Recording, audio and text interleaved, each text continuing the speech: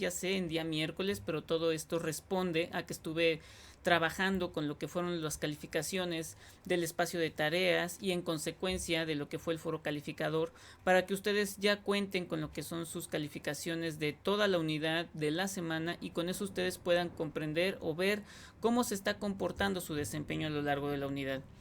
Actualmente puse el micrófono un poco más cerca porque está lloviendo a cántaros, hay muchos truenos y demás, e incluso tuve que calibrar el micrófono para que no se escuche tan la parte externa tan fuerte y se resalte un poco más mi voz.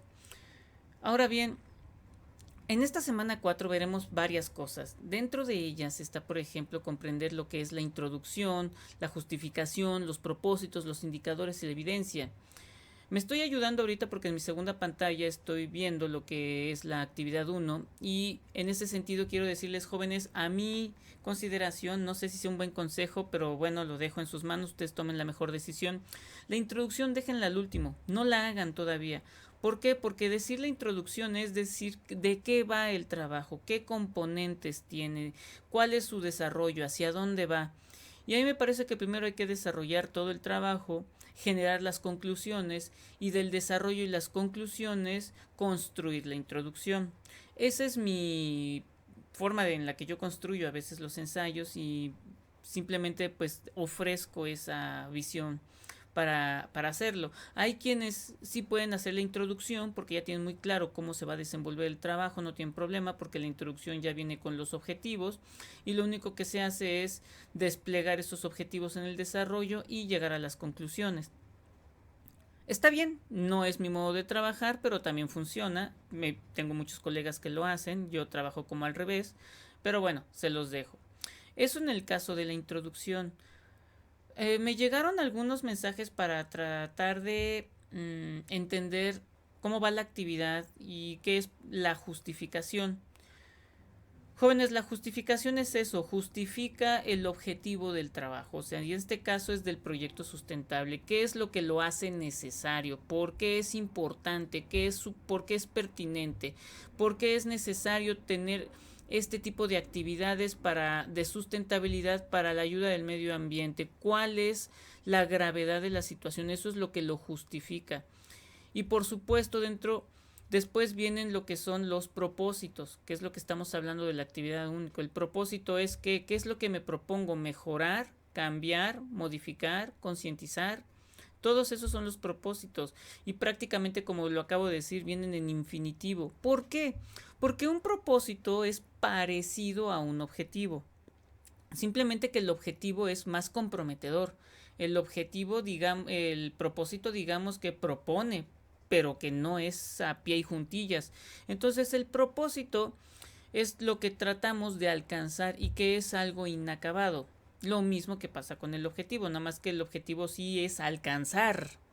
Y en este caso de lo que es el propósito, pues es un acercamiento. Ya como vimos también los indicadores, cuáles son los indicadores, lo que han hecho a partir de las evaluaciones, y por supuesto lo que más adelante vendrán son las evidencias.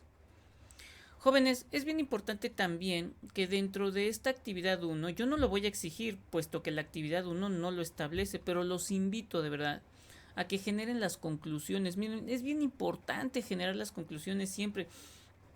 Cuando leemos un libro, un artículo, lo que sea, debemos de generar nuestras conclusiones porque estamos normando nuestro propio criterio, y eso es muy importante. Entonces, si bien la actividad 1 no lo pide, no lo puedo exigir porque también yo me sujeto a las reglas de la ley, pero a mí me parece muy importante que se hagan las conclusiones, porque si no, pues, pues ¿cuál fue el objeto de hacer la actividad? No es hacerlo de forma mecánica.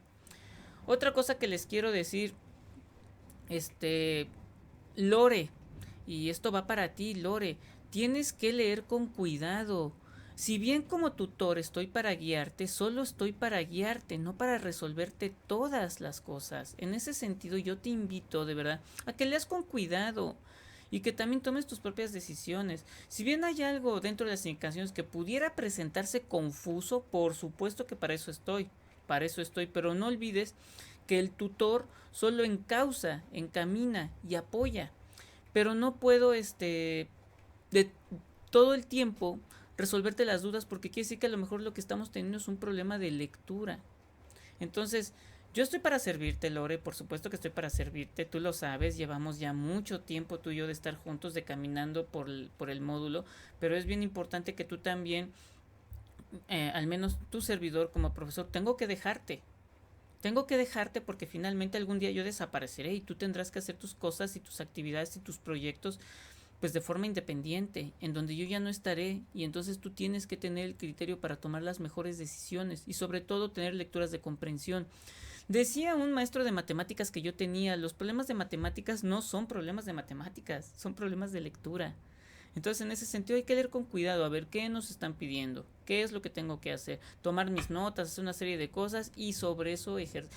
Si realmente la actividad está confusa, porque sí, yo a veces en módulos anteriores veo que la indicación está patas para arriba, pues efectivamente tenemos que, ahí sí yo ya eh, incido y sobre eso tomamos decisiones en conjunto para que podamos sacar la actividad bajo los criterios que se puedan pedir. De ahí en fuera todos tenemos que leer las indicaciones con cuidados y todos tenemos que comprender. Ahora, recuerdo ya para terminar el video, recuerdo que siempre les estoy diciendo qué textos pueden utilizar para escribir mejor y para sus investigaciones. Miren, déjenme ver. Por aquí lo tengo, sí. Este es uno de los libros que yo recomiendo mucho.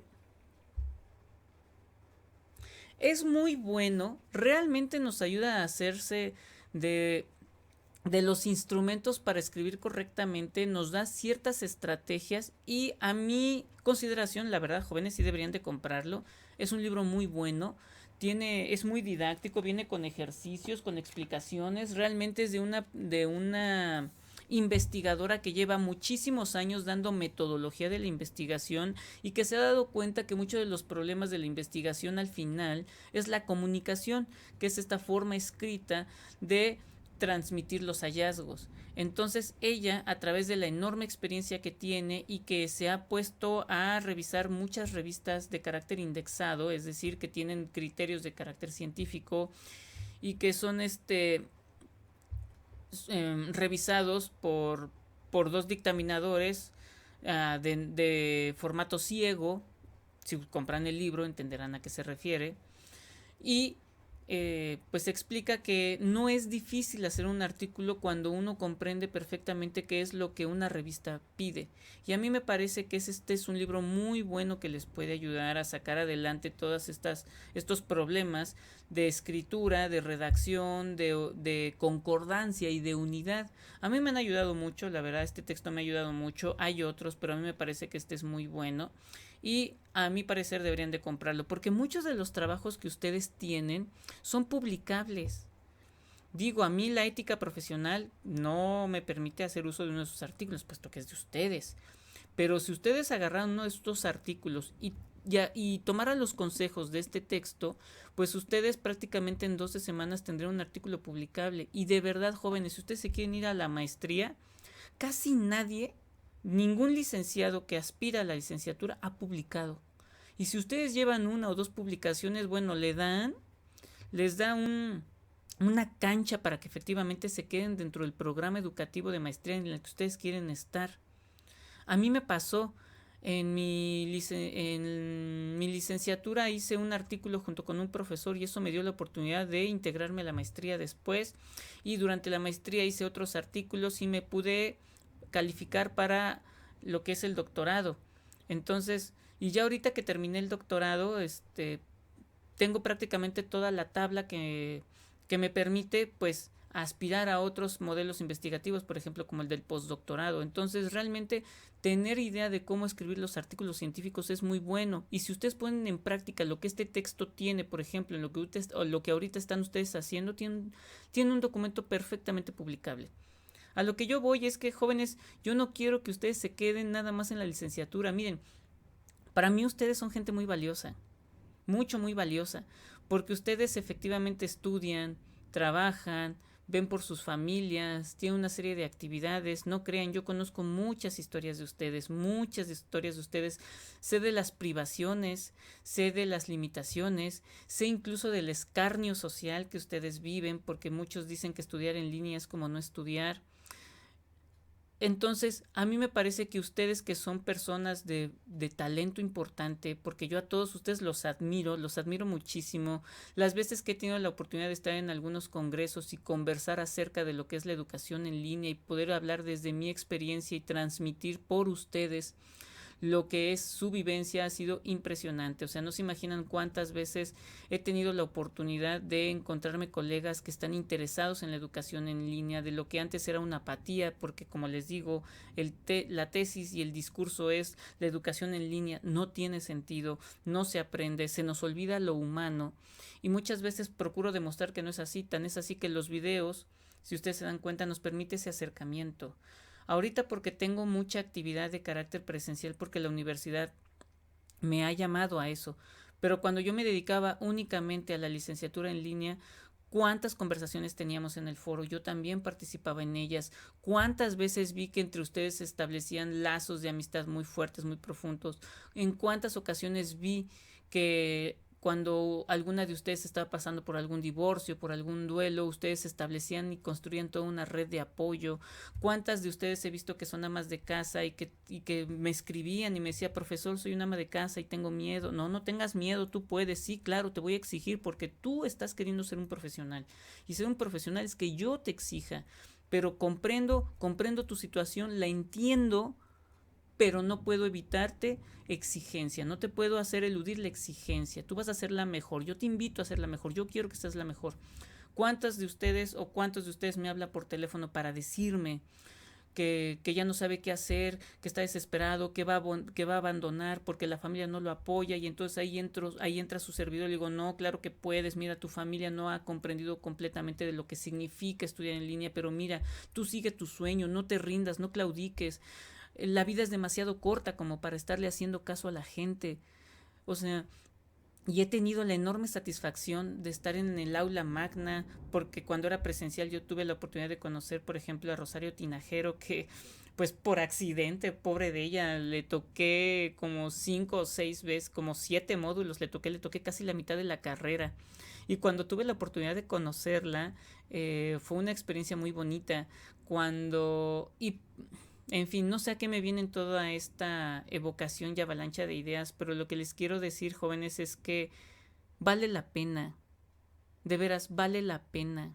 Yo creo en ustedes, yo confío en ustedes.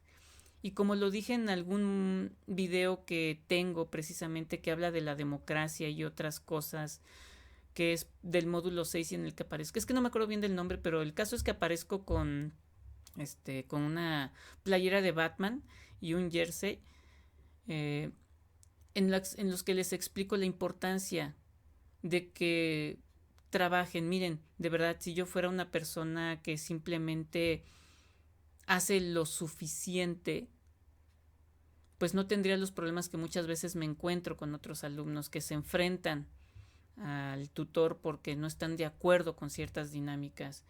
Pero hay algo que ustedes tienen que comprender, jóvenes. La universidad no es democrática. Es el error más grande. Cuando somos muy jóvenes creemos que la democracia es el mejor sistema que nos puede gobernar y por el cual debe de imperar siempre. Nos han inculcado todo eso y cuando yo les pregunto qué otros sistemas políticos conocen como para decir eso, quiere decir que hay un mutismo muy enorme, muy grande. Pero solo les puedo decir que la democracia en la educación no sirve. No sirve porque el maestro es el que sabe, ustedes no. Ustedes no saben nada, por eso van a la universidad, para saber.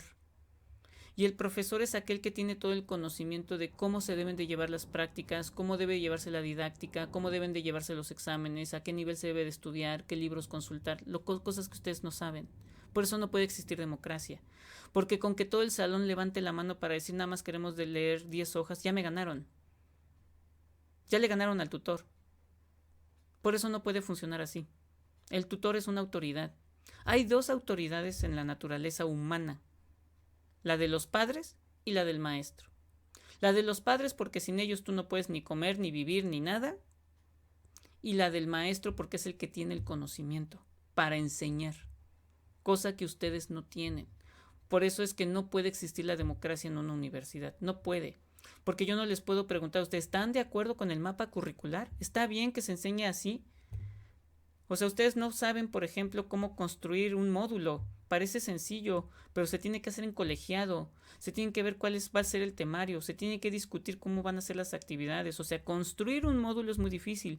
El módulo 3 lo hice junto con la profesora Olivia y nos tardamos 9 meses en construirlo. Y todavía tuvo que pasar por aprobación, cosa que ustedes no saben hacer. Por eso el maestro no puede funcionar bajo la democracia, porque ahí está un comentario que dice, es que esta universidad es democrática. Fíjate que no, estás en un grave error, porque no sabes lo que es la democracia. Incluso creemos que el pueblo debe votar directamente, y por ejemplo vivimos en una democracia que es indirecta. Votamos por alguien para que nos represente, y eso es algo que la historia ha marcado mucho. Maximiliano de Habsburgo llegó a México porque sí fue aceptado por toda la nación, porque en aquel entonces el Congreso estaba compuesto por la mayoría conservadora. Y vuelvo a repetir, vivimos una democracia indirecta. Entonces, cuando Maximiliano preguntó que si realmente el pueblo de México estaba de acuerdo en que él gobernara, sí fue verdad. El pueblo de México sí estaba de acuerdo, porque toda la Cámara, el 60% votó porque viniera. Entonces, claro que así fue. Quienes hicieron mal las cosas fueron los liberales, porque ellos no estaban de acuerdo con que viniera un emperador. No estaban de acuerdo que un extranjero nos gobernara. Y por eso hicieron lo que hicieron. Hicieron un desastre del país porque sí, o sea, la historia lo pinta que, los liberales y los liberales y los liberales, pero cuando no tenemos el sentido crítico y no analizamos bien el proceso histórico, pensamos que lo que lo hicieron los liberales estuvo bien, cuando no fue así. Pero bueno, a lo que voy es que la democracia tiene sus asegúnes y creemos que es el mejor sistema de gobierno porque ignoramos que hay otros. Si ustedes revisan ese video en el que aparezco, que es del módulo 6, y les explico la importancia del maestro y lo que es la democracia, se van a dar cuenta que hemos vivido en un engaño muy fuerte. Pero bueno, otra cosa, ya para terminar y cerrar. Jóvenes, yo me doy cuenta que siguen teniendo muchos problemas con el APA. Pero vuelvo a insistir, son problemas de lectura. En mi caso, jóvenes, de verdad, los invito a que ya inviertan en ustedes. En mi caso, por ejemplo, a mí que me choca el de la séptima edición, miren, ya tengo aquí mi guía de norma APA, séptima edición. Es el que les acabo de proporcionar para la apertura de esta semana. Y de verdad, miren, yo tampoco me sé de memoria las cosas. Pero aquí están todas las indicaciones. Viene hasta con gráficas, de verdad, nos dice cómo llevar las cosas. Miren, por ejemplo, ¿cuál es la fuente que ya se permite? Ahí lo dice. Miren, a ver si lo puedo hacer bien. Miren, ahí está Times New Roman, Georgia, 11 puntos, Calibri. La otra que es, ¿cómo que dice? Lúcida, Sans Unicode, de 10 puntos. O sea, ya nos está diciendo aquí en otra gráfica en qué lado va la página. Ahí nos lo dice. En qué lado va la página, cómo se debe de hacer. Y por ejemplo, tiene su índice también, cómo debe de ir el formato, todo. O sea, es decir, yo sugiero que lo impriman, lo engargolen y cuando ustedes estén escribiendo así que quieren hacer las cosas, que no sé qué, viene la duda, pues aquí está la norma. Y viene con su índice, te dice, a ver, ¿cómo se ponen los títulos? Pues te vas al índice. De veras. Perdón que lo diga tan explícito. Pero es que no es difícil. Lo que pasa es que no nos queremos enfrentar a él. ¿Qué es la sangría francesa? ¿Cuál es la de primera línea? ¿Cuál es la sangría especial? ¿Cómo va una nota al pie de página? ¿Cómo se debe de tabular el margen? Porque tengo uno de los trabajos que acabo de leer, pues el margen hasta sumamente estrecho, o sea, no funciona así. Otros que escriben acostado, no funciona así. ¿Cómo debe de venir la portada? Esa es otra cosa que viene, que me parece interesante. Miren, nos dice la estructura del cómo deben de entregarse los trabajos. Aquí está, miren. Lo pone en hojas. Pero pues te dice la portada, el resumen. El resumen no quiere decir que venga en una hoja aparte, sino que te está diciendo cómo se compone todo el trabajo. Pones el resumen, después el subtítulo del texto, después vienen las referencias, las notas, las tablas, las figuras. Todo es en una unidad. No quiere decir que vengan en hojas separadas, porque eso me hacen mucho ustedes. Ponen todo y la conclusión en una hoja aparte. No, pues es parte del trabajo. O sea, una vez que se desarrolla todo, se pone el subtítulo de conclusiones, se desarrollan las conclusiones, después se pone el subtítulo de referencias, igualmente se pone, y ya, o sea, todo es una unidad. Lo único que hace esta ilustración, pues es mostrarnos cómo se compone el documento. Igual, ya para terminar, porque ya se está alargando mucho esto, cómo se titula una canción. Por ejemplo, ustedes aquí pueden ver cómo se hace la referencia de una canción, de un libro, de una entrada de diccionario, cómo se cita un seminario, un congreso, un simposio. Todo eso es muy importante. Y aquí está, yo tampoco me lo sé de memoria. Por eso siempre lo he dicho, el profesional no se tiene que aprender las cosas de memoria. Un profesional siempre regresará a los libros, siempre regresará a los libros. Y en este caso, pues tenemos las normas APA, séptima edición, que esperemos que ya no haya una octava, por favor, ya déjenos vivir en paz. Y yo tampoco me sé de memoria. A veces cuando ustedes me, oiga, profesor, ¿cómo cito un cassette? Pues no tengo idea, déjame ver, pues aquí está mi norma APA. Entonces, yo se los sugiero que lo impriman, se compren su libro de cómo escribir un artículo académico en 12 semanas. Y bueno, ya hasta ahí. Y por supuesto, nunca dejen de leer cosas más allá de lo que es la licenciatura. De verdad, no sean técnicos ni mecánicos. Leer otras cosas realmente nos construye. ¿Y sabían ustedes que un pedagogo cuando lee novelas, lo mismo que un psicólogo, entiende mejor lo que es el individuo y la esencia humana? En mi caso, por ejemplo, soy historiador, sí, claro, me dedico a los procesos para explicar el presente. Pero, por ejemplo, yo ahorita estoy leyendo a Carlos Ruiz Zafón, La sombra del viento. Ahí en mi página de Facebook puse ahí un pensamiento de lo que yo considero que es este texto. Pero bueno, eso no es importante. Solo quería ponerlo como un apéndice o como una nota al pie de lo importante que es que ustedes también se den la oportunidad de recrearse a través de una lectura. Para mí, con esto concluyo y fue un enorme gusto volver a estar con ustedes. Muchas gracias.